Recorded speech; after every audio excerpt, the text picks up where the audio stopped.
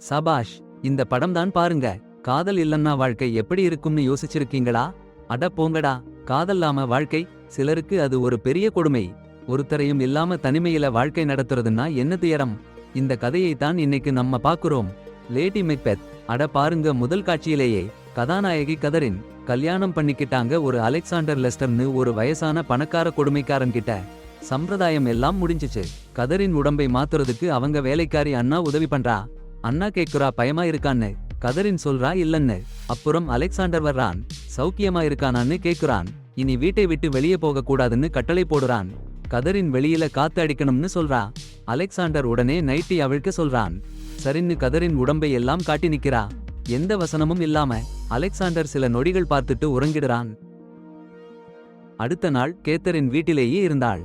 அவள் வாழ்க்கை சுவையே இல்லாமல் உற்சாகமில்லாமல் போச்சு. ஒரு இரவு சாப்பாடு முடிஞ்சதும் அலெக்சாண்டரோட அப்பா போரிஸ் கேத்தரினிடம் அலெக்சாண்டர் அறைக்குள்ள வர்றா வரைக்கும் தூங்கக்கூடாதுன்னு கட்டளையிட்டாரு. அதோட அண்ணாவையும் கேத்தரினை கவனிச்சுக்க சொன்னாரு. கொஞ்ச நேரத்துல அலெக்சாண்டர் அறைக்குள்ள வந்தாரு. அண்ணாவை வெளியே போக சொன்னாரு. அப்புறம் கேத்தரினை உடைகளை கழட்டி சுவருக்கு முன்னாடி நிற்பதாக கட்டளையிட்டாரு. அப்புறம் என்னன்னா அவங்களை பார்த்துக்கிட்டே தன்னை தொட்டுக்க ஆரம்பிச்சிட்டாரு. அடுத்த நாள் காலையில கேத்தரின் போரிஸோட சேர்ந்து காலை உணவு சாப்பிட்டாங்க. அப்போதான் கேத்தரினுக்கு அவங்க கணவர் அவசர வேலைன்னு வெளியே போயிருக்காருன்னு தெரிய வந்தது. போரிஸும் லண்டன் போகணும்னு சொன்னாரு. சரி, கேத்தரின் வீட்ல அண்ணா மட்டும்தான் இருக்காங்க. போரிஸ் போனதும் கேத்தரின் கடற்கரைக்கு போய் காத்து அடிச்சுக்கிட்டா. என்னோட வேலையை நான் நிர்ணயிச்சுக்கலாம்னு சந்தோஷப்பட்டா. அவங்க சலிப்பான வாழ்க்கையில இருந்து தப்பிச்சா. ஒரு நாள் கேத்தரின் ஒரு கட்டடத்துல இருந்து சத்தம் கேட்டா. போய் பார்த்தா வேலை செய்யற ஆளுக வேலையில இருக்கிறதுக்கு பதிலா சிரிச்சிட்டு சண்டை போட்டுட்டு இருந்தாங்க. கேத்தரின் அதையும் பார்த்துட்டா. அண்ணா காத்தால தூக்கி போட்டா மாதிரி நிக்கிறாங்க. உடம்புல ஒண்ணுமில்லாம. சேபாஸ்டியன் அப்படின்னு ஒருத்தன் அவங்களை பார்த்து பன்றின்னு கத்தி சிரிக்கிறான். கேத்தரின் அதை பார்த்தா கடுப்புல நெருப்பு. அவங்களை தூக்கி இறக்குங்கன்னு கத்தரா. அப்புறம் அண்ணா ஓடி போயிட்டாங்க.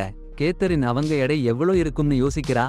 சேபாஸ்டியன் கேத்தரினிடம் உங்களை தூக்கி எடை போடவா வேணும்னு கூத்து விடறான். கேத்தரின் அவனை கிண்டல் பண்றா. ஆனா சேபாஸ்டியன் திடீர்னு கேத்தரினை தூக்கி போடறான். கேத்தரின் அவனை தள்ளிவிட்டு சத்தம் போடுறா. எல்லாரையும் கிண்டல் பண்றா. அப்புறம் வீட்டுக்குள்ள போய் அண்ணா கிட்ட சேபாஸ்டியனை பத்தி விசாரிக்கிறா. கேத்தரின் சேபாஸ்டியன் மேல காதல் வச்சிருக்கிற மாதிரி தெரியுது. நாள் போக போக கேத்தரின் வீட்டுக்கு வெளியே நிறைய நேரம் கழிக்க ஆரம்பிச்சா. அண்ணா கவலைப்பட ஆரம்பிச்சாங்க. போரிஸ் அலெக்சாண்டர் இதை பார்த்தா என்ன பண்ணுவாங்கன்னு. ஒரு நாள் இரவு கேத்தரின் கதவு டக்னு அடிச்சதும் சேபாஸ்டியன் தான்னு தெரியுது. அவன் அவங்க ரூமுக்குள்ள அத்துமீறி நுழைஞ்சான். கேத்தரின் அவனை வெளியே பொண்ணு கத்தரா.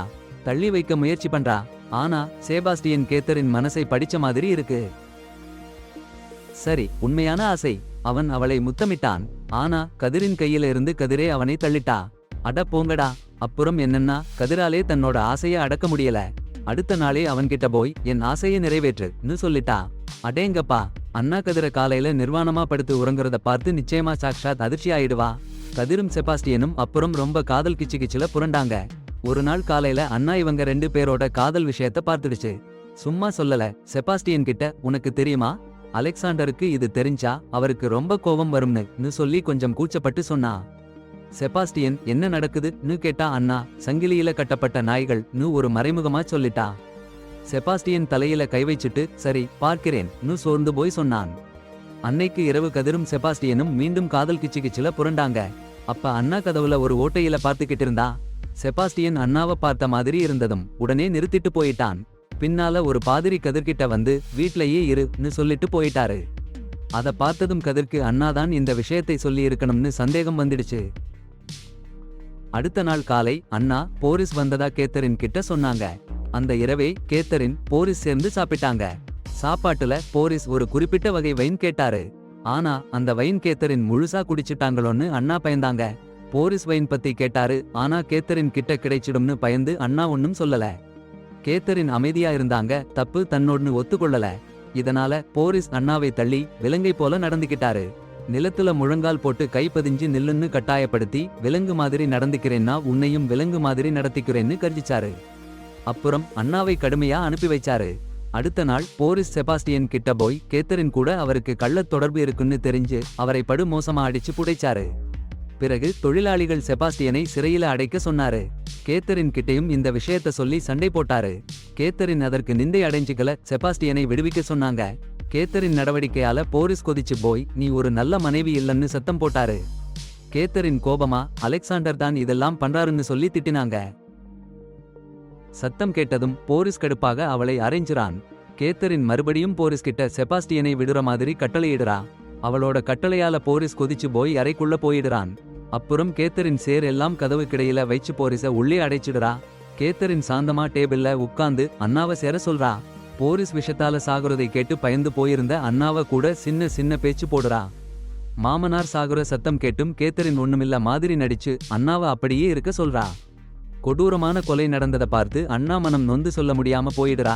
அந்த நேரத்துல கேத்தரின் காதலனை காப்பாத்தி அவன் காயத்துல முத்தம் கொடுக்கறா. அவனுக்கு நல்லா உடை உடுத்தி வைச்சு இனி இந்த வீட்டு அதிபதி நீதான்னு சொல்றா. டாக்டர்கள் போரிஸ் இயற்கை மரணம் அடைஞ்சிட்டான்னு சொல்றாங்க. சாட்சியா இருந்த அண்ணா செவிடா ஆயிடுச்சுன்னாலும் யாருக்கும் சந்தேகம் வரல. கேத்தரின் அலெக்சாண்டர் கிட்ட இந்த கதை சொல்றாங்க. அப்பாவுக்கு சடங்கு பண்ண வருவதில்லைன்னு சொல்றாங்க. சோ கேத்தரின் தனியா சடங்கு முடிச்சிடுறா. கேத்தரின் அண்ணாவ அடுத்த நாள் வேலை. அவள் வேறொரு வேலைக்காரியை சாப்பாடு பரிமாற சொல்லி பாதுகாப்பா செபாஸ்டியன் கூட அதிக நேரம் இருந்தா. அவங்க மனம்கட்டிலேயே ஒரு இரவு தூங்கிட்டா. அப்போ ஒரு சத்தம் கேட்டது. கேட்டா என்னன்னா, அலெக்சாண்டரோட குதிரை வெளியில. கணவன் வந்துட்டான். அவசரமா உடை உடுத்தி செபாஸ்டியனை அலமாரியில மறைச்சா. அலெக்சாண்டர் அறைக்குள்ள நுழைஞ்சான். கதிரின் விழிச்சிருக்கா. ஆனா நடிச்சா லேசா தூங்குற மாதிரி. போரிஸ் சாவிற்கு பிறகு கட்டிலுக்கு கீழே ஒரு பெல்ட் கண்டுபிடிச்சான் அலெக்சாண்டர். சந்தேகம் வந்தது. கதிரின் சொன்னா வயல்ல கிடைச்சதுன்னு. சட்டை பிடிச்சிக்க வச்சிருக்கேன்னு. கொஞ்ச நேரத்திலேயே கதிரின காதல் விவகாரத்தை பத்தி கேள்வி கேட்டான் அலெக்சாண்டர். கழுவி ஊற்றினான். நாடு முழுக்க பரவியிருக்குன்னு. அவனோட பெயரை கெடுத்திருக்காங்கன்னு கத்தினான். கதிரினை அசிங்கப்படுத்தினான். வெறுப்பா சொல்ல முடியாத வார்த்தைகள். கதிரின் சும்மா இருக்கல. செபாஸ்டியனை அழைச்சா. பேய் மாதிரி கேலி பண்ணினா. அலெக்சாண்டர் செபாஸ்டியன் கூட அங்கேயே அவன் முன்னாடியே காதல் செஞ்சான். அதை பார்த்த அலெக்சாண்டருக்கு கொதிப்பு. கேத்தரின் மேல அரைஞ்சான். செபாஸ்டியனையும் அடிக்க ஆரம்பிச்சான். அப்போ கேத்தரின் இரும்பு குச்சிய அலெக்சாண்டர் தலையில வாரி இடிச்சா. சரிஞ்சு விழுந்தான் அலெக்சாண்டர். அவன் தலையில அந்த குச்சியால அடிச்சு கொன்னுட்டா கேத்தரின். அப்புறம் செபாஸ்டியனை முத்தம் கொடுக்க போனா.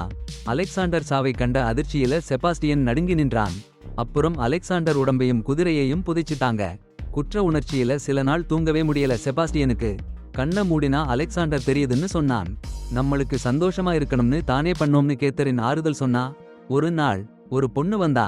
அக்னஸ்னு பேர். கேத்தரின் கிட்ட ஒரு பையனை கொண்டு வந்தா. டெடின்னு பேர். அலெக்சாண்டரோட சட்டப்படி உறவினர்னு சொன்னா. அக்னஸோட பொண்ணுக்கு அலெக்சாண்டர் கூட கள்ள தொடர்பு இருந்து பிறந்ததுன்னு சொன்னா. கேத்தரின் அதிர்ச்சியில கிடந்தா. டெடிய வைக்க மறுத்தா. ஆனா அக்னஸ் கிட்ட சட்ட ஆவணங்கள் இருந்துச்சு. டெடி அவன் பாதுகாப்புல இருக்கான்னு சொல்லி அக்னஸ் அலெக்சாண்டர் இறந்துட்டான்னு நினைச்சிடுச்சு. ஆனா கதிரின் சொல்றா அவங்க கணவர் இறக்கலன்னு. காணாம போயிட்டாருன்னு. அப்புறம் என்ன பண்றதுன்னு தெரியாம கதிரின் அவங்களை வீட்ல தங்க வைக்க வேண்டியதாச்சு. செபாஸ்டியன் மறுபடியும் வெளியில படுக்க வேண்டியதாச்சு.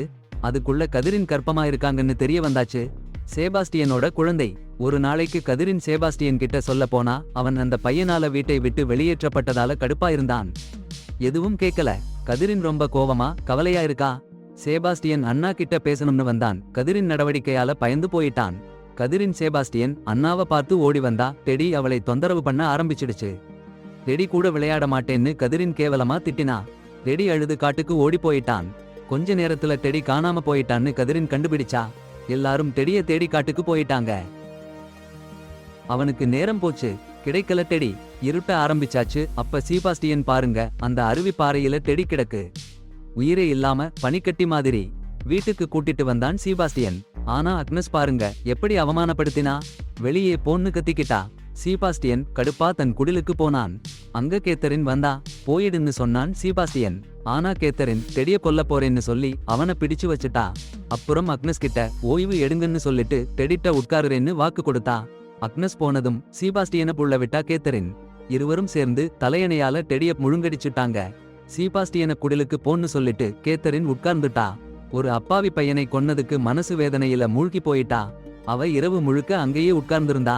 காலையில அக்னஸ் வந்தா. 10 நிமிஷம் சாந்தமா உறங்கும் மாதிரி நடிச்சா கேத்தரின். டாக்டர் வந்தாரு. டெடி முகத்துல காயங்கள் இருந்தது. கொலை இல்லன்னு சந்தேகப்பட்டாரு போலீஸ்.